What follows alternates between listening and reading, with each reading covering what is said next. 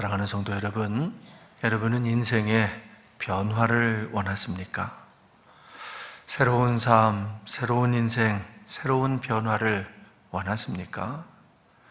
여러분, 인생의 변화는 대부분 만남을 통해서 이루어지곤 합니다. 누구를 만났는가에 따라서 그 인생이 달라진다는 뜻입니다. 사랑하는 사람을 만나고 그와 함께 평생을 같이 하려고 결혼을 한다면, 그러면 그의 인생에는 실로 엄청난 변화가 일어나지요. 여러분, 그래서 결혼을 일륜지 대사라고 합니다. 사람이 살면서 경험하는 일 중에 대사, 아주 큰 일이 결혼이다, 그런 뜻입니다. 그렇습니다. 결혼은 인생을 아주 크게 변화시키는 대단히 중요한 일입니다.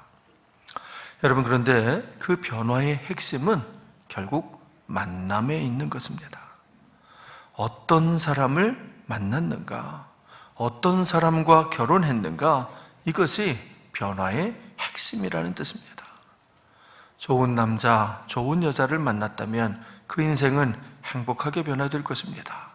하지만 여러분, 남자를 잘못 만나서, 여자를 잘못 만나서 그래서 그 인생이 무너지는 경우가 또 우리 주변엔 얼마나 많은지 모릅니다.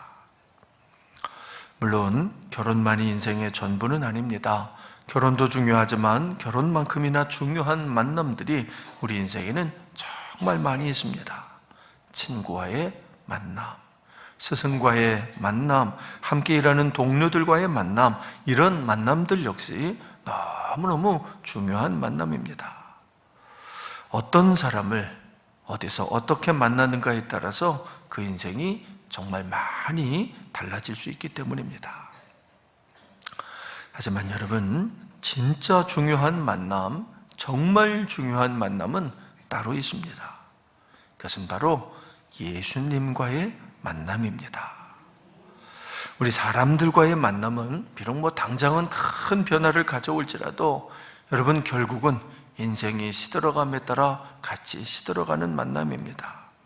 그러나 우리 예수님과의 만남은 우리의 영생을, 영원한 삶을 변화시킵니다. 예수님을 만났는가 만나지 못했는가에 따라 그 삶이 영원히 달라진다는 것입니다. 예수님을 만났다면 천국에서 영원히 살 것이고, 만나지 못했다면 끝내 지옥에 떨어져 영원히 거기서 살게 될 것입니다. 사랑하는 성도 여러분, 여러분은 예수님을 만나셨습니까? 길이요 진리요 생명이신 예수님, 우리를 우리 아버지 하나님께로 인도해 주실 수 있는 유일한 분, 그분을 만나셨습니까?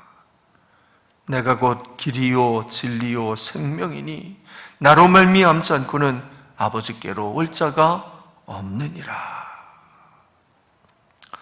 오늘 말씀은 이 사울이라는 젊은이가 예수님을 만나 그 인생이 획기적으로 변화되는 장면입니다. 사울은 길리기아에 있는 다소라는 도시에서 태어난 베냐민 지파의 바리새인이었습니다. 길리기아의 다소라고 하는 도시는 그 당시에는 하여튼 세계적인 도시, 아주 유명한 대도시 중에 하나였습니다. 로마 제국의 그 창시자 중에 한 명인 안토니우스가 그때 당시에 뛰어난 미모를 자랑했던 이집트 여왕, 그 유명한 클레오파트라와 밀회를 즐기던 장소가 바로 이 길리기아의 다소입니다. 지금도 이 다소에 가면은 큰 문이 하나 있는데 그 문의 이름이 클레오파트라의 문입니다. 지금도 거기는 다소라고 이렇게 불려집니다. 타루수스라고 하는 이름으로 불려지는데 지금은 터키에 있는 그런 도시입니다. 사울이 그 유명한 도시, 그 길리기아의 다소에서 태어난 베냐민 지파의 귀족이었습니다. 그는 날 때부터 로마의 시민권을 가지고 있었다. 여러분, 이 당시에 로마의 시민권이 있다는 것은 엄청난 특권, 엄청난 권한을 가지고 있었다라는 것을 의미하는데, 하여튼 로마의 시민권을 날 때부터 가지고 있었던 당대 최고의 귀족 가문 사람이었습니다. 이 사울에게는 이름이 두 개가 있었습니다. 히브리식의 이름은 사울이고 헬라식의 이름은 바울입니다. 이 부모가 베냐민 지파 사람들인데 이 베냐민 지파에서 배출된 최고의 인물이 사울 왕이거든요. 그래서 아들을 낳고는 그 이름을 붙여주는 겁니다. 사울 왕처럼 큰 사람이 되라는 그런 뜻입니다. 하지만 이 사울은요, 자신의 헬라식 이름을 바울이라고 붙였습니다. 물론 뭐 사울과 바울 이렇게 비슷하니까. 요즘 왜 우리나라도 이중국적 있는 분들은 한글 이름도 있고 뭐 영어 이름도 있고 그렇듯이 이 사울도 이제 그랬던 것인데, 그냥 사울과 바울이 발음상 편해서만 그런 것은 아닌 것 같습니다. 왜냐하면 이 바울이라는 이름의 뜻은 원어로 보면 파울루스인데, 이 파울루스는 작은 자라는 뜻을 갖고 있기 때문입니다. 자, 그러니까 그 부모는 큰 사람이 되라고, 이스라엘의 초대왕 사울 같은 사람이 되라고 사울이라고 이름을 붙여줬지만, 이 사울은 스스로 자신을 작은 자, 파울루스라고 부르고 있는 것입니다. 물론 여러분, 이게 사울이 변해서 바울이 됐다 이런 것은 아닙니다. 사울은 원래 바울이라는 이름도 가지고 있었기 때문입니다.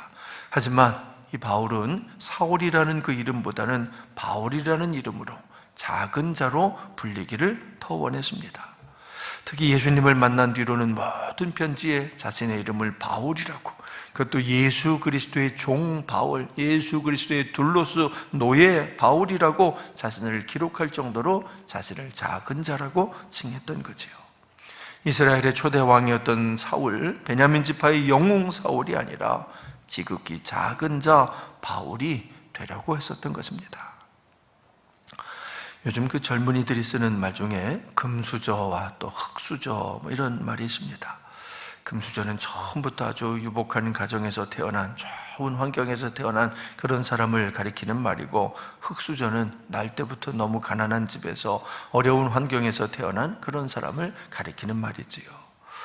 여러분이 사울, 곧 바울은 그렇다면 아주 금수저 중에서도 최고의 금수저로 태어난 사람입니다. 그의 아버지는 바리새인 중에 바리새인이었습니다.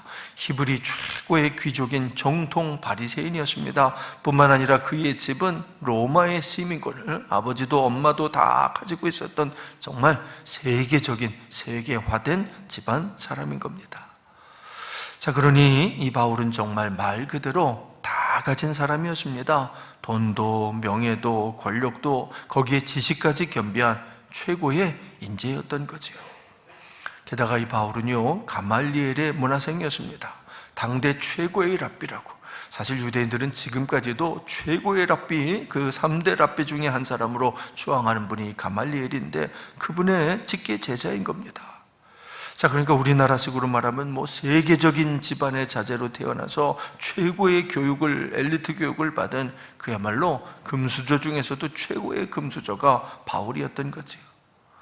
이 가말리엘은 사도행전 5장에서 사도 바울, 사도들이 그 핍박을 당할 때 산헤드린 공회원들을 설득했던 바로 그 사람이었습니다.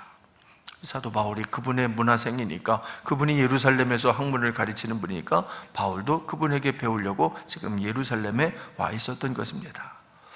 그러다가 그는 스데반이 돌에 맞아 죽는 것을 보았습니다. 그날 그 자리에 함께 있었지요. 사람들이 스데반을 죽이기 위해서 겉옷을 벗고 덤벼들 때 그 옷을 지켜주었던 사람이 사울입니다. 성경은 그때 이 바울이 스데반의 죽음을 마땅히 여겼다, 스데반이 그렇게 돌에 맞아 죽는 것을 보면서 당연히 죽을 일이다 라고 생각하고 있었다고 기록합니다. 뿐만 아니라 스데반이 죽은 다음부터 박해가 시작이 됐는데, 그때 가장 앞장서서 기독교를 박해했던 사람이 이 사울입니다. 사울은 예루살렘에서만 기독교인들을 박해한 것이 아니고 저 시리아의 다메섹까지 막 쫓아가서 박해를 했습니다. 이 다메섹이라는 도시, 다마스커스거든요. 지금도 똑같은 이름으로 시리아의 수도로 있는 그런 도시지요. 자, 우리 1절과 2절을 한번 같이 읽어보겠습니다. 사도행전 9장 1절 2절 시작. 사울이 주의 제자들에 대하여 여전히 위협과 살기가 등등하여 대제사장에게 가서 여러 회당에 가져갈 공문을 청하니, 이는 만일 그 도를 따르는 사람을 만나면 남녀를 막론하고 결박하여 예루살렘으로 잡아오려 함이라. 다메섹까지 가가지고 믿는 사람들을 잡아오려고 대제사장에서 공문을 받았다. 요즘식으로 말하면 마패 같은 것들, 우리식으로 말하면 이런 걸 받아가지고 이제 잡으러 다녔다, 그런 거지. 그러니까 이 사울은 스데반이 죽었을 때 그의 죽음을 마땅하게 생각하던 그 마음 그대로, 오늘 성경은 그것을 위협과 살기가 등등했다, 아주 그냥 눈에서 파란불이 번쩍번쩍했다, 그런 거지요. 그러니까 그분의 마음 속에는 증오심이 가득 차 있었다는 것입니다. 여러분, 사울은 어째서 그런 마음을 가지게 된 것일까요? 이게 중요합니다. 왜 바울의 마음에 그런 증오심이 가득했던 것일까요? 왜냐하면 옳고 그름에 사로잡혀 있었기 때문입니다. 다시 말하면 이 사울은 자기가 지금 옳은 일을 하고 있다고, 내가 하는 일은 정의로운 일이라고, 나는 지금 악하고 싸우고 있다라고 스스로 생각을 하는 겁니다. 그러니까 자기 스스로는 자신은 옳은 일을 하고 있다는 그 신념을 가지고 있는데, 그랬기 때문에 오히려 그 마음속에 증오심이 가득했다, 그런 얘기지.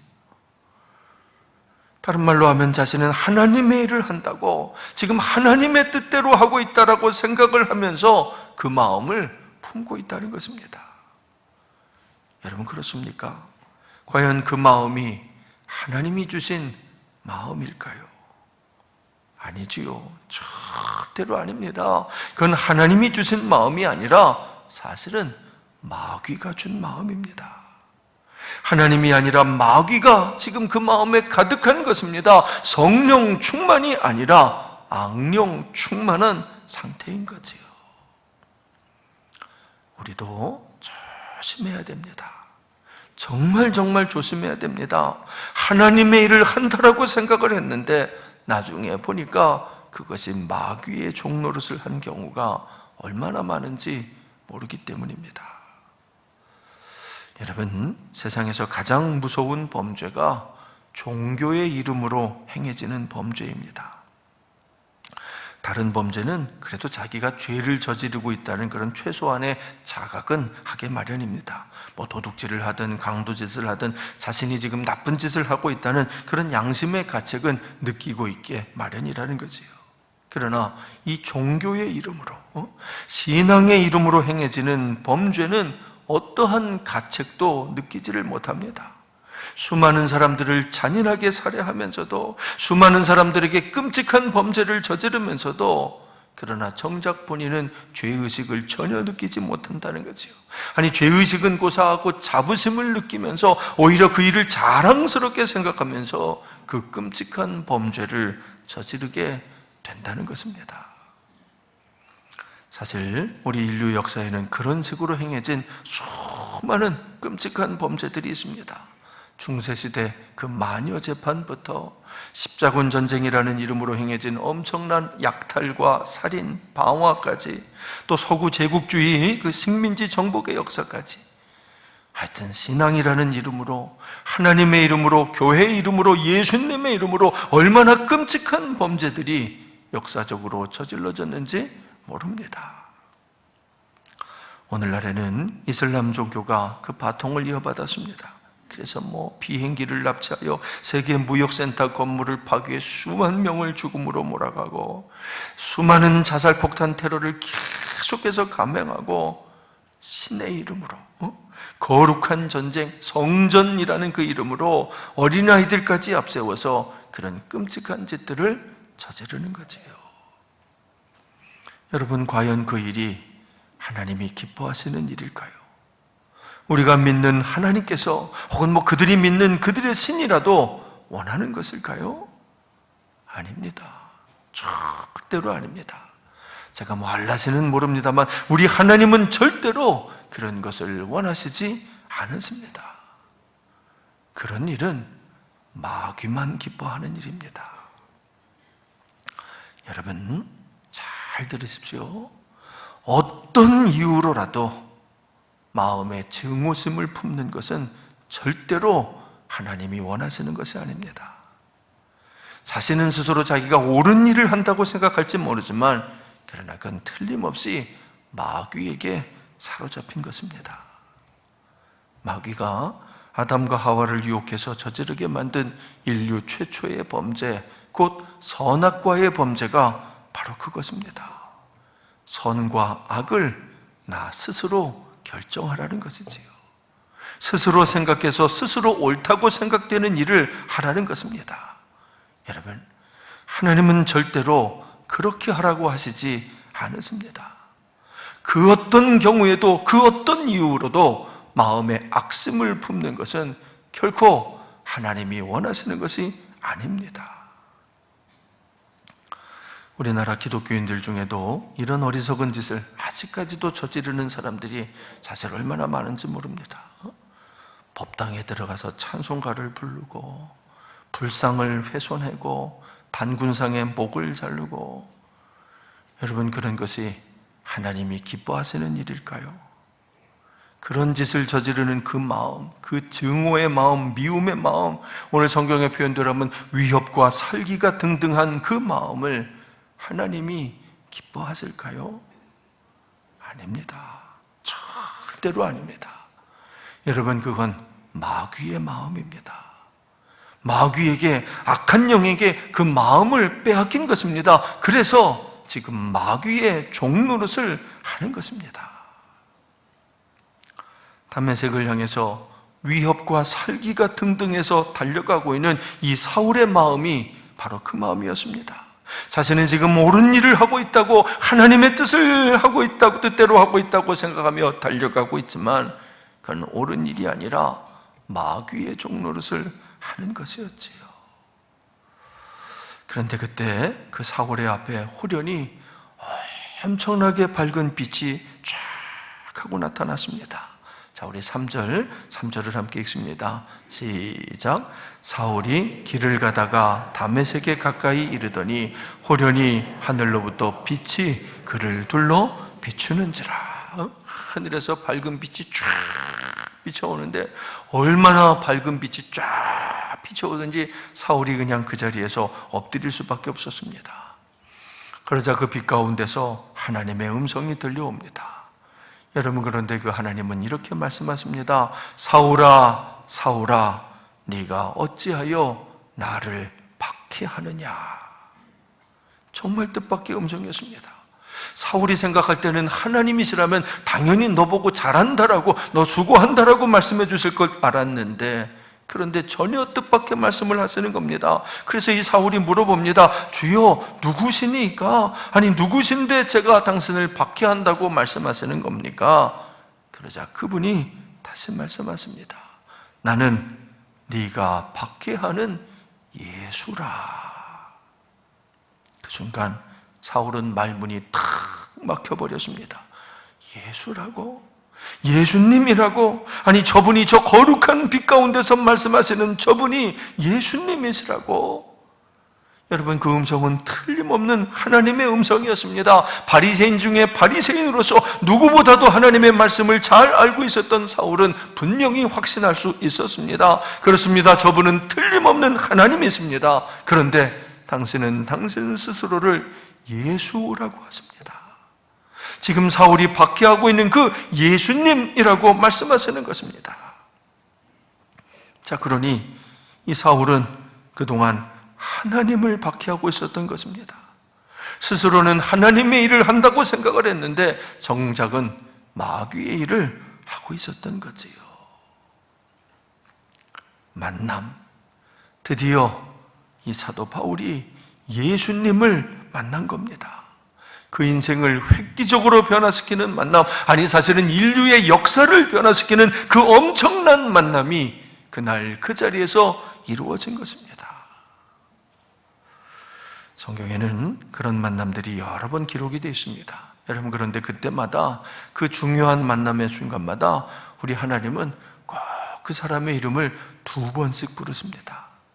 모리아산에서 아들 이삭을 바치려던 그 아브라함을 하나님이 부르실 때 아브라함아, 아브라함아 2번 부르십니다. 아브라함아, 아브라함아, 그 아이에게 내 손을 대지 마라. 그에게 아무 일도 하지 마라. 네가 내 아들, 네 독자까지도 아끼지 아니하였으니 내가 이제야 네가 하나님을 경외하는 줄을 아노라. 여러분, 우리 하나님은 왜 아브라함에게 아들을 바치라고 하셨을까요? 아브라함이, 우리 믿음의 조상인 아브라함이 자신의 아들을 바쳐야만 하나님도 당신의 아들을 우리에게 주실 수 있었기 때문인 거지요. 그렇습니다. 인류 최대의 사건, 하나님의 아들이 이 세상에 오시는 그 엄청난 일을 이루시기 위해서 하나님 그렇게 명령하셨던 것입니다. 아브라함이 그 말씀에 믿음으로 순종했을 때, 그래서 우리도 그 믿음으로 구원함을 받을 수 있는 예수님이 우리를 위해 오시게 된 거지요. 아무튼 그때 하나님은 아브라함의 이름을 2번 부르셨습니다. 또한 호렙산 떨기나무 가운데서 모세를 부르실 때, 성경에 나오는 가장 중요한 장면 중에 하나인 그 장면에서도 하나님은 모세의 이름을 2번 부르십니다. 모세야, 모세야, 네가 선 곳은 거룩한 땅이니 네 발에서 신을 벗어라. 실로의 성막에서 사무엘을 부르실 때도 그 이름을 2번 부르십니다. 사무엘아, 사무엘아, 보라, 내가 이스라엘 중에 한 일을 행하리니 그것을 듣는 자마다 2 귀가 올리리라. 그리고 오늘 담메색 도상에서 사도 바울을 부르시며 그 이름을 역시 2번 부르십니다. 사울아, 사울아, 네가 어찌하여 나를 박해하느냐. 사랑하는 성도 여러분, 여러분도 들으셔야 됩니다. 여러분의 이름을 애타게 2번 연거푸 부르시는 하나님의 그 음성을 들으셔야 됩니다. 승문아, 승문아, 아무개야, 아무개야, 이렇게 부르시는 그 음성이 여러분에게도 들려오셔야 됩니다. 여러분, 그 음성을 들으면 인생이 획기적으로 변합니다. 다시는 이전의 삶으로 돌아갈 수 없는 엄청난 변화가 여러분의 삶 가운데도 일어납니다. 그런데 그 음성, 그 만남은 오직 본인만 아는 만남입니다. 함께 있는 다른 사람들도 도대체 무슨 일이 일어나는지 전혀 알 수가 없는 참 신비한 만남입니다. 우리 7절 말씀을 같이 읽습니다. 7절 시작. 같이 가던 사람들은 소리만 듣고 아무도 보지 못하여 말을 못하고 서 있더라. 같이 가던 사람들은 소리만 들었다 하는데, 여러분, 이게 예수님이 하시는 음성을 들었다는 그런 뜻은 아닙니다. 그냥 사울이 엎으러져서 주여 누구이십니까? 라고 하는 그 소리, 사울이 하는 그 소리만을 들었다는 거지요. 여러분, 하나님의 음성, 하나님의 해녀는 오직 본인만 알 수 있는 참 신비로운 음성이기 때문입니다. 오늘 이 시간이, 오늘 이 자리가 여러분이 그 음성을 들으시는 그 자리, 그 시간이 되시기를 축원드립니다. 이 만남과 동시에 사울은 눈이 멀어버렸습니다. 너무나도 밝은 거룩한 하나님의 빛이 그 눈을 향해 쫙 쏟아져 들어오고 나자 더 이상 다른 것은 하나도 보이지 않게 된 것이지요. 여러분, 그러나 그렇다고 해서 사도 바울이 깜깜해졌다, 눈앞에 아무것도 보이지 않았다는 그런 뜻은 아닙니다. 아무것도 보이지 않지만 오히려 그의 눈에는 지금까지는 보이지 않았던 수많은 환상들, 놀라운 것들이 보이기를 시작했습니다. 우리 16절 말씀을 같이 읽어봅니다. 16절 함께 읽습니다. 시작. 그가 내 이름을 위하여 얼마나 고난을 받아야 할 것을 내가 그에게 보이리라 하시니. 우리 주님이 아나니아라는 사람에게 일러주시는 말씀인데, 여러분, 이 말씀을 통해서 보면 사도 바울이 그때 3일 동안 눈이 멀어 있는데 그동안에 무엇을 보았는지를 알 수 있는 거지요. 바울이 장차 당하게 될 고난을 우리 주님이 환상으로 바울에게 먼저 보여주셨다는 것입니다. 바울은 장차 어떤 일을 당하게 될까요? 훗날 바울은 자신이 당한 환난을 이렇게 고백합니다. 내가 수고를 넘치도록 하고 옥에 갇히기도 더 많이 하고 매도 수없이 맞고 여러 번 죽을 뻔하였으니 유대인들에게 40에서 하나 감한 매를 5번 맞았으며 3번 태장으로 맞고 1번 돌로 맞고 3번 파선하고 1주야를 깊은 바다에서 지냈으며 여러 번 여행하면서 강의 위험과 강도의 위험과 동족의 위험과 이방인의 위험과 시내의 위험과 광야의 위험과 바다의 위험과 거짓 형제 중에 위험을 당하고 또 수고하며 애쓰고 여러 번 자지 못하고 줄이며 목마르고 여러 번 굶고 춥고 헐벗었노라. 이 모든 일들을, 바울이 장차 당하게 될 이 엄청난 일들을 그때 눈먼 바울에게 우리 주님이 보여주신 거지요. 아마도 그렇게 그 모든 일들을 보여주시면서 주님이 물으셨을 겁니다. 사울아, 그런데도, 이런 일을 당할 것인데도 너 나를 따르겠느냐? 그렇습니다. 주님은 주님을 따른다는 것이 어떤 것인지, 그 좁은 문, 그 좁은 길이, 자기를 부인하고 자기 십자가를 지고 가는 그 길이, 그러나 영생으로 나아가는 그 사명자의 길이 어떤 것인지를 그때 바울에게 보여주신 거지요. 물론 바울은 진심으로 대답했을 것입니다. 아멘, 주여, 제가 죽기까지 따르겠나이다. 그렇게 바울의 사명이 시작되었습니다. 인류의 역사를 바꾸어 놓는 그 엄청난 변화가 그날 그 만남과 함께 시작된 것입니다. 사도 바울은 이 만남을 절대로 잊을 수가 없었습니다. 가는 곳마다 이 말씀을 간증합니다. 여러분, 우리 사도행전 안에서만 해도 이 말씀이 3번이나 반복이 됩니다. 바울은 어디서든지 항상 이 만남을 간증했던 거지요. 여러분, 그런데 이 만남은요, 시간이 지날수록 더 선명해지고 더 또렷해지는 만남이었습니다. 오늘 본문에 보면 이렇게 간증하지요. 호련히 하늘로부터 빛이 그를 둘러 비추는지라. 여러분, 그런데 이 똑같은 말씀을 22장에 가면 호련히 하늘로부터 큰 빛이 나를 둘러 비치매 그랬습니다. 그리고 26장에서는 하늘로부터 해보다 더 밝은 빛이 나와 내 동행을 둘러 비추는데 라고 말씀합니다. 빛이 비쳤다고 그랬다가 큰 빛이 비쳤다고 그랬다, 해보다 더 밝은 빛이 나를 둘러 비쳤다라고 바울은 간증하는 거지요. 여러분, 이것이 하나님과의 만남입니다. 시간이 지나면 지날수록 더 선명해지고 더 또렷해지는, 더 분명해지는 만남인 겁니다.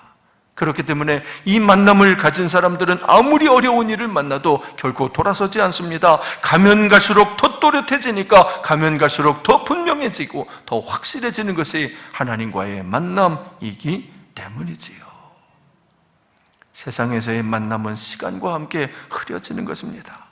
제 아무리 대단한 금수저로 태어났을지라도 결국은 시들어가는 것이 인생이지요. 결국은 늙고 병들고 죽고 마는 것, 그것이 인생입니다.